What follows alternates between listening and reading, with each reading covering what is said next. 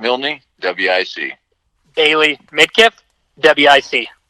Adam Dickinson, W.I.C. Gentlemen, thank you for joining the program today. We want to talk about some opportunities out in the marketplace, and not only talk about those opportunities, how companies are seizing some of the opportunities that currently exist. Of course, everybody's opportunity is specific and can be used in different ways. We talked to a company, Blackwater Environmental, out of Gillette, Wyoming, just last week, and they've had to expand into some municipalities and some other areas in order to figure out a way to make $2 turn into $5 and a way to make 2 employees equal 5 employees. Of course, we talked to Craig Ray down in Texas this week, and same deal there. He's had to diversify his business a little bit, but as we talked about in the interview, so often during these unfamiliar times, these volatile times, uncertain times, if you will, there's still opportunity out in the world. There's still opportunity out in the marketplace. Heck, even after the last CARES Act and PPP and all that other stuff, there's $7 trillion of new opportunity out there. Go find it. So today we're going to talk with W.I.C, company that has found some opportunity out in the marketplace, and they've even added a new employee. So, Jake, how you doing today? We'll start with you since you're kind of the head honcho, lead man over there. How's things going in Wyoming today? Things are good. The wind quit blowing for once, so that's a plus. Oh my goodness, that's a rarity. Yes, it is. But no, things are good. Last time we talked, we told you about how it was like the light switch went off, and then a few weeks later it came back on as far as bidding work, and keep moving forward. So that's been good. We've got a huge potential backlog with the work that we've been bidding, and we're looking at how to diversify and get through these times as well. But we're also looking to find these good people that have been let go and bring them on and just continual improvement. Get good people in here, and we like to have multiple ideas and people that are willing to challenge our ideas, and it just makes us better. So we've been really focusing on that, looking at how we're going to get these great people out there that are looking for work in here and make our company better. And at the same time, looking at more than just oil and gas. As always, it's how it is. We reach out to so many different markets, and so we've just been really focusing on that and watching the oil markets and keeping our fingers crossed, just like everyone else. But there's still some opportunity there, that's for sure. Well, there's quite a bit out there, and the crude life, if you will, is more than oil and gas. We've said from day one that from the truckers to the cafe owners to the flower shop owners in the oil and gas communities, they're all part of the energy economy. And if you want to get really existential and take a step back, from the toothpaste we use to the toothbrush that uses the toothpaste to the whole logistics system that brings you your toothpaste, it's like 96% petroleum products. So, we live in an oil and gas world. It is living the crude life. Bailey Midkiff, from a sales perspective, you're out there beating the streets and driving up and down the roadways and the highways. What are you hearing from people out there as you're diversifying and finding new opportunities? A lot of good things. For the past 2 months, I've been traveling. And I mean, right now I'm in the capital, glorious Cheyenne, Wyoming, trying to make some stops, meet some people. And there for those first 2 months of it, it was really doom and gloom. It was kind of a joke because I would go into places and people were like happy that I was there because I'm such an upper kind of guy. I'm always happy, go lucky, everything's good, we'll move forward. There's got to be something there for all of us. And I'd walk in and they'd be devastated, didn't know what to do, just morale's way down. And I would leave, and they, have a second wind. It's like, oh, wow, it isn't so bad. Bailey's right. So it's just unique, and every place is different, and we stress the fact that we try to be in different industries, but we already kind of were. I think we kind of, for other people, they just thought we were in oil and gas, but I don't think they realized how further our reach was, from sugar plants to cement plants to paper mills, the medical side. I mean, with the immense amount of service lines that WIC has and we have as a team, we expand to all different horizons. We had a a meeting with the group, a corporate meeting last week, and the joke was SpaceX, because I always say we can do it. I'll sell anything. And they made the joke, and now I'm trying to figure out how to get a hold of Elon Musk. So Elon, if you're listening to this, I want to get the installation on that spacecraft. Well, of course he listens. You know, we get all kinds of comments from him. You know, that's how it is. Transition into Adam Dickinson. Of course, the Bakken Barbecue being held in Dickinson, North Dakota this year. There's a plug for the Bakken Barbecue. But Adam, talk to me about your role there. What type of expectations these guys putting on your head? Yeah, so I stepped into this company after getting laid off, which has been, a fact for a lot of people in this industry recently. Jake really saw an opportunity. I've been in this industry for the last 10 years, working a lot of oil and gas, but also some commercial side as well. So they have me coming in as the production manager. So I'm leading that production for the company. I come third in line after safety and quality. Comes the productivity, and they truly do focus on that. But it sure has been cool. The company W.I.C, I mean, Jake, Bailey, everyone here, they've bought in, and they believe in that young blood mentality as opposed to the old dog, creeping on your guys and all the screaming and all the craziness. They believe in treating everyone right and working together, and that team atmosphere. I mean, we're getting projects done quicker than I've ever seen, and people work so much harder with this mentality. So I'm really excited to come on board and join that and be a part of it. You mentioned, kind of the age disparity that's happening right now. And, of course, that was very popular, a theme during some of the innovation that was going on, the technology, whether it's introducing computers to your office or bringing drones to your well site. It's just, for the last 30 years, the whole teaching the older generation technology it's been a regular conversation. Now I think the different conversation is the mindset. So many of the younger folks have a different mindset than some of the older folks. And, I like to bring up Parsley Energy's Matt Gallagher talking about, government bailouts and on CNBC. And you've got, Mike Summers from API talking exactly the opposite, no bailouts. So it's interesting that you've got some different dynamics from that side of things that are branching outside of innovation and technology. What are you guys seeing from that out there in terms of, are we going to, I know the younger generation is much more environmentally conscious, and I think that's kind of the area where some education needs to be done to assist oil and gas, if that makes sense, with some of the younger generation. You guys are younger, so I don't know if you know what I'm talking about or not. Oh, we know exactly what you're talking about. Well, speak, brother, speak. It's been really interesting, we've still got a few of the old dogs around here, and getting them to come along with all this energy innovation that we've got going on in these plans. It's a struggle, but we work through it. It's very strange, when they first start out on it, typically it's like, why are we doing this? This is so stupid. And then once they start using it and moving along, they're, oh, okay, now I understand why we're doing this. And now I see how we're able to save money doing so. And that's, as an operational standpoint, that's my biggest struggle with it. And it's really interesting to watch it all unfold. You almost have to be a salesman and be creative, right?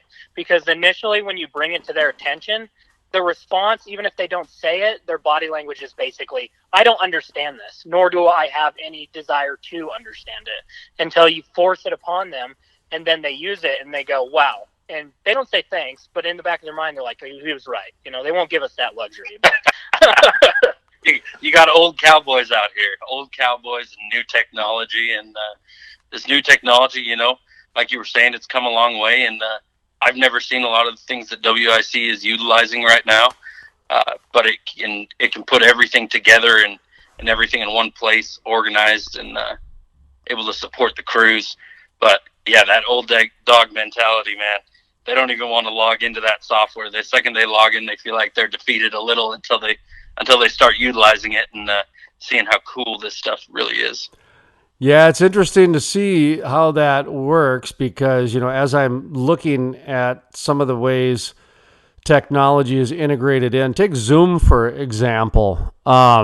People haven't figured out that they can't multitask anymore. Think of how many times people were doing emails while they were on a speakerphone. Now they got to pay attention. So, multitasking is going to have to be reinvented too.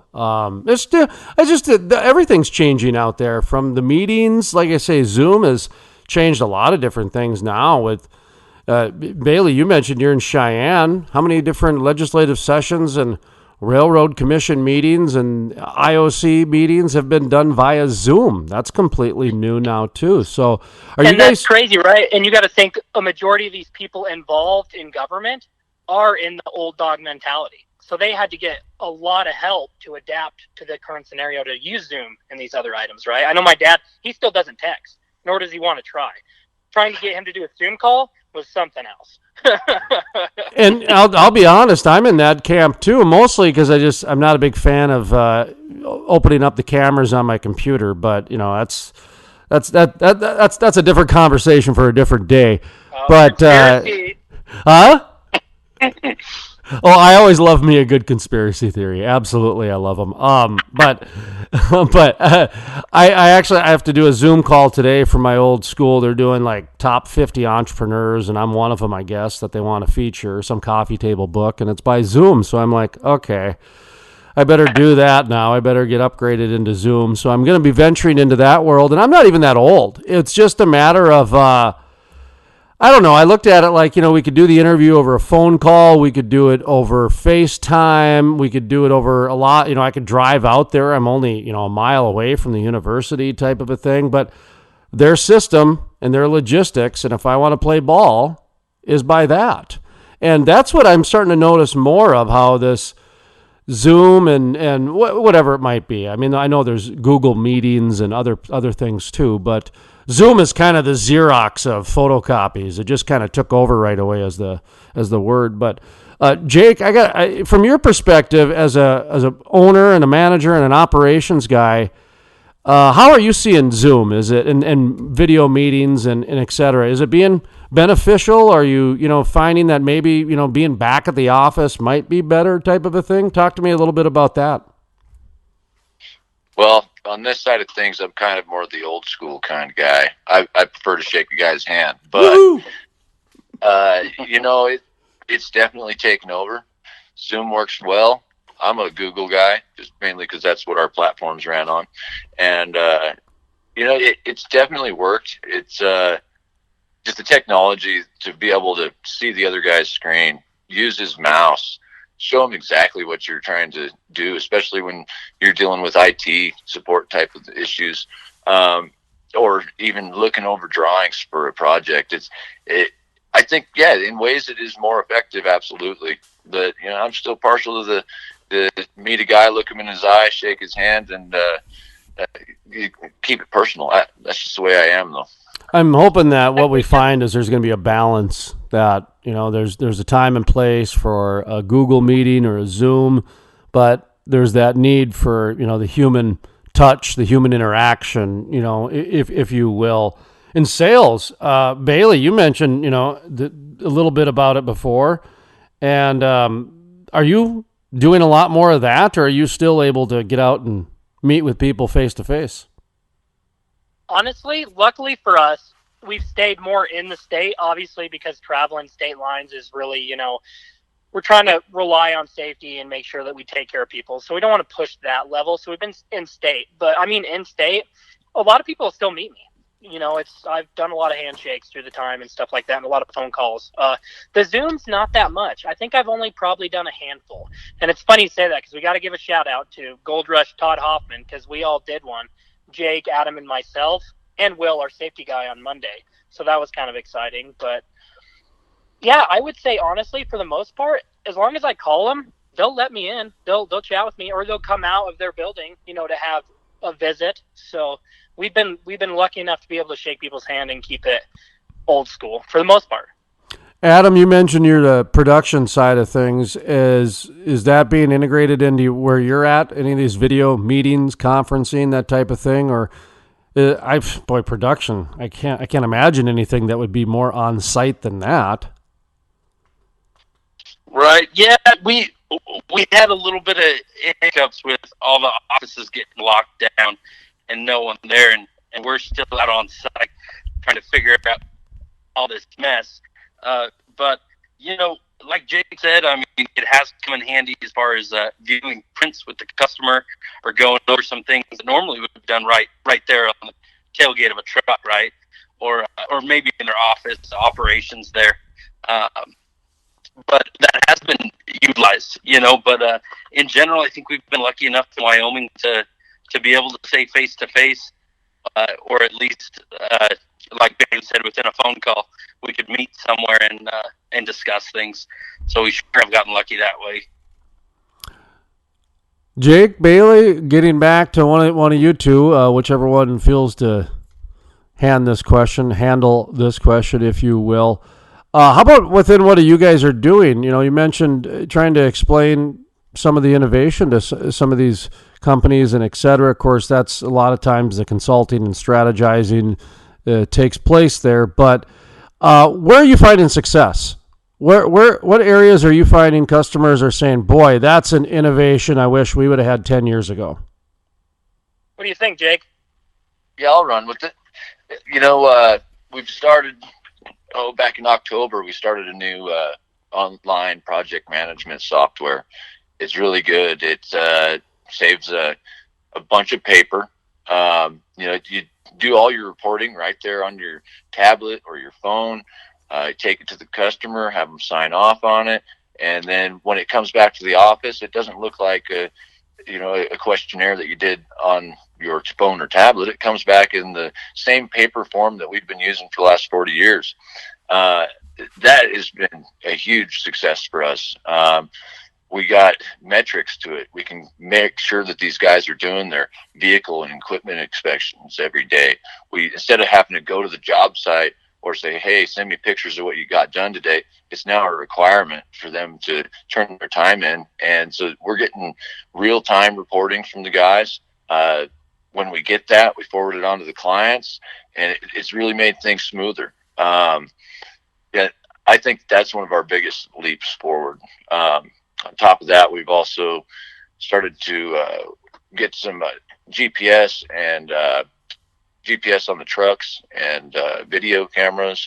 So, looking at the safety side of things, but that's also going to save us and our clients on as far as money goes, because we can tie that into our fuel cards, and we'll know if bad employees out there stealing fuel from us and the client. The GPS in the truck will say, hey, he only needed 30 gallons of fuel and he took 40. So it's like, hey, what's up with this other 10 gallons here? That's cost savings that we can pass on to our clients and makes us more effective in the long run. It cuts down on the overhead. On another note, we've been using this scaffold software for the last 8-10 years, and brought Adam on, and everywhere he'd been before, he'd never had it. Well, we brought him on and started showing him how to use it, and we haven't been utilizing it to its full advantage in the last 10 years. There's so many ways that we can use that, maybe on a sales point, maybe just to give them the conceptual idea of what we're really trying to accomplish for them, whether it be in the refinery or what. We can integrate those into a Navisworks model so that we can pull up that plant and say, okay, here's everywhere we're going to have scaffold. And now we have scaffold built into your Navisworks program here as a layer that can be added or removed. We're just looking at all the technology that we have in front of us and how we can utilize it to make us better, to better serve our clients. And if I step in, Jake, that scaffold software, we found it actually has AR and VR capabilities. So that's helpful with all this COVID stuff. Our customer can go out on site by himself point his phone at that piece of equipment, and it'll show him that scaffold right around it. It'll show him exactly what we're planning on building. He can put on some VR goggles if he so inclines. We only have a couple customers that have bought into that. But you can walk around the scaffold, you can climb the ladders, and you can see exactly how we're planning on building that. So there's no question. There's no change orders later on in the fact. We know exactly what we're building, and we're here to build it. And it keeps us down to our core values: safety, quality, productivity, in that order.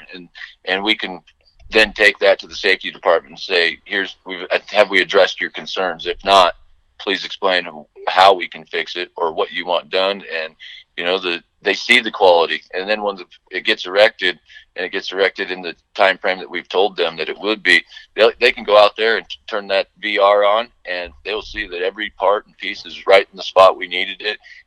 Maybe there's something that gets in the way. There might be a little bit of change, but the whole ideal is to give them the full grasp of what our intentions are to accomplish what they're trying to accomplish. Piggybacking off of that software and some of the focus that you guys have had on implementing and integrating into this, just kind of summarize a little bit. They call it an elevator pitch, where you can talk to somebody for 3 floors or 4 floors versus the War and Peace, the nice novel versus, that type of thing. What type of services, kind of bullet pointed, if you will. I like to summarize for the listeners out there, what services you guys actually do. And that way people listening, they might say, hey, I didn't even know they did that. So talk to me about what services you guys do and, kind of remind the folks out there. I think that's a great one for Adam. Adam, why don't you end us out, buddy? I would love to. So, obviously we focus on safety, quality, productivity, but we do quite a bit of services. Our main one is industrial insulation, fireproofing, scaffolding, shoring, steam tracing, electric heat trace. We partnered with Nucor to build steel buildings now. We'll do anything from industrial shrink wrap to paintings, coatings, asbestos abatement, and lead abatement are a big one now. And we'll always do free estimates. We're available 24/7, and we're ready to continue leading the industry that we've led for the last 50 years. So we're here to serve you anywhere west of the Mississippi. And if you ask Bailey, anywhere in the world. Or on the moon. Or on the moon with SpaceX. Yeah. That's right. I'm sold. See that right there, Jason? That's why we hired him.